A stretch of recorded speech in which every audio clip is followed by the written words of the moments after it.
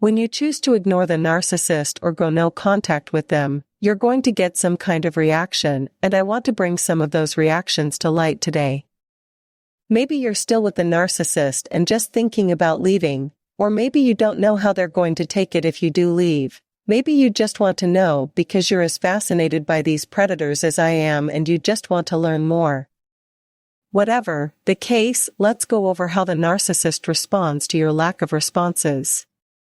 Number 1, they are going to smear you. I probably don't really talk as much about smear campaigns as I probably should, and I'm only going to briefly touch on it here.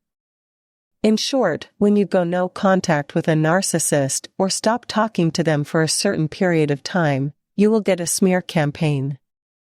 Simply put, the narcissist runs to anyone and everyone who will listen and put you on blast.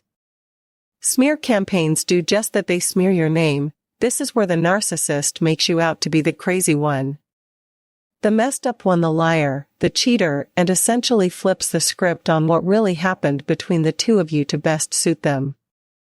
Not only do they garner sympathy from people because of this, they use this to get new supply, which we're going to get to in a second here. They gossip about you, and most damaging, it can turn people against you if they believe the narcissist. Number 2, they are going to get new supply. When you're out, don't think the narc is going to let their bed sheets cool down before somebody else comes along. In fact, the new person was probably in the picture long before you stepped out of it. The new supply is also going to get an earful about how shitty you are as the narcissist smears you, which we just talked about. Typically, by way of sob stories to make the new supply feel bad for them, this kicks the new supply into the "I have to fix you poor little wounded bird" mode, which the narcissist obviously loves. You'll hear a lot from new supply, you'll hear that a lot. Well, I can fix them and you can. That's because the narcissist has cried the most story. Don't think that the narc won't blast this new love all over social media too, because they will. They do this on purpose, don't think they don't. This is to get a reaction out of you and try to get you to stop ignoring them and talk to them, or to break no contact. Don't fall for that, please. Number 3, you will be hoovered. You're going to get hoovered if you're no contact and you haven't been hoovered, or if you're ignoring what have you, then you haven't waited long enough if you haven't been hoovered yet. My hoover took 3 months, some can take 20 years, and 99% of them come back around at least once to sniff about and see what they can see. You might get an overabundance of calls and texts, and that is super annoying. That's why they need to be blocked on all forms of communication, even if you're just giving them a silent treatment. Which I don't advise, but whatever reason you're quiet, just go ahead and block them.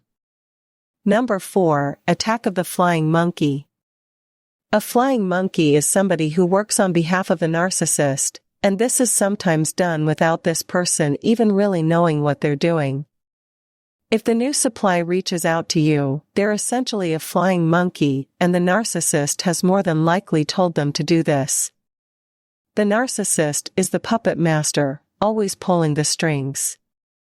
The new supply probably doesn't even want to reach out to you. This is done, like I say, at behest of the narcissist. If the narcissist's friends and family has reached out, more than likely again the narc has told them to.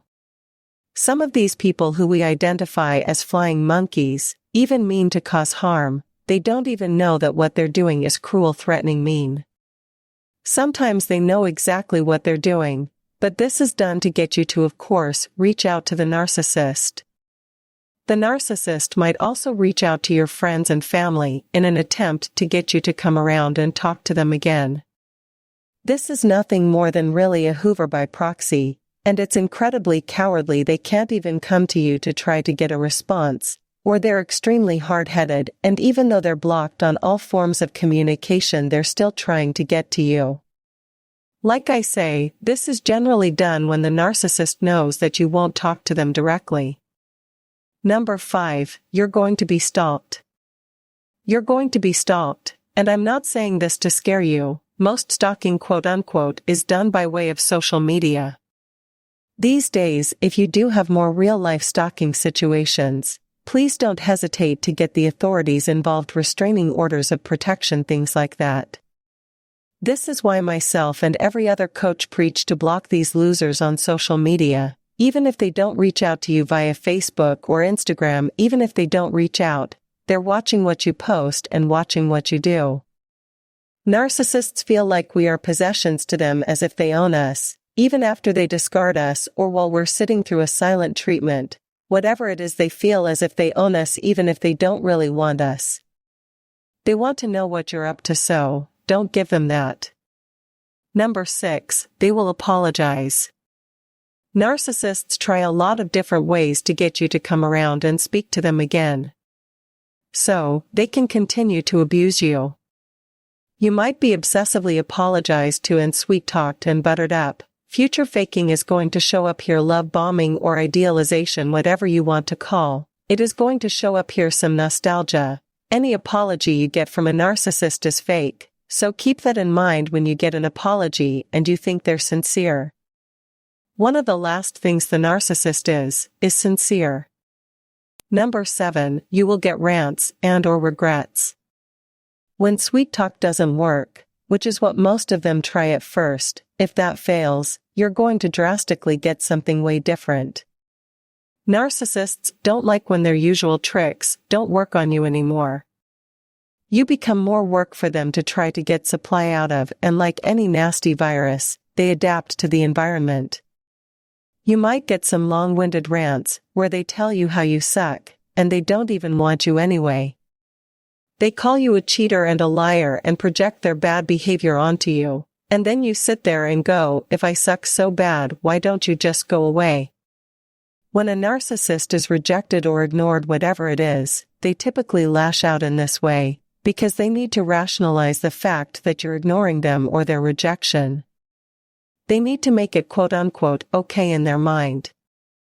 And so, they very hastily decide that you're not worth anything anyway, so you not wanting them doesn't really matter, because they don't want you anyway. Thanks for watching this video. Don't forget to like and subscribe. If there is anything that needs to be discussed, write in the comments column below.